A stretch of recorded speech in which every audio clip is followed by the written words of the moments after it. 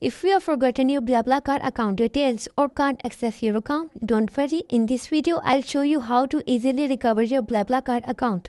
First, open the BlaBlaCar app or visit the website.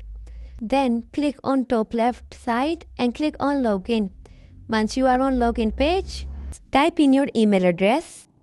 Then click on Forget Password. Then you will be prompted to enter the email address or phone number associated with your account.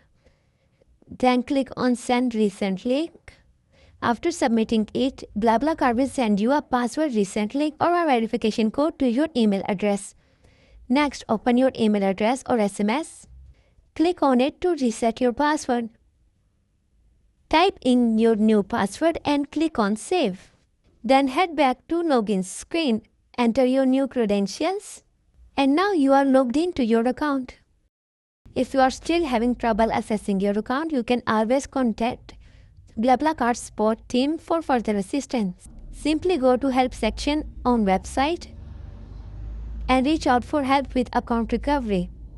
And that's it. If this video helped, make sure to subscribe.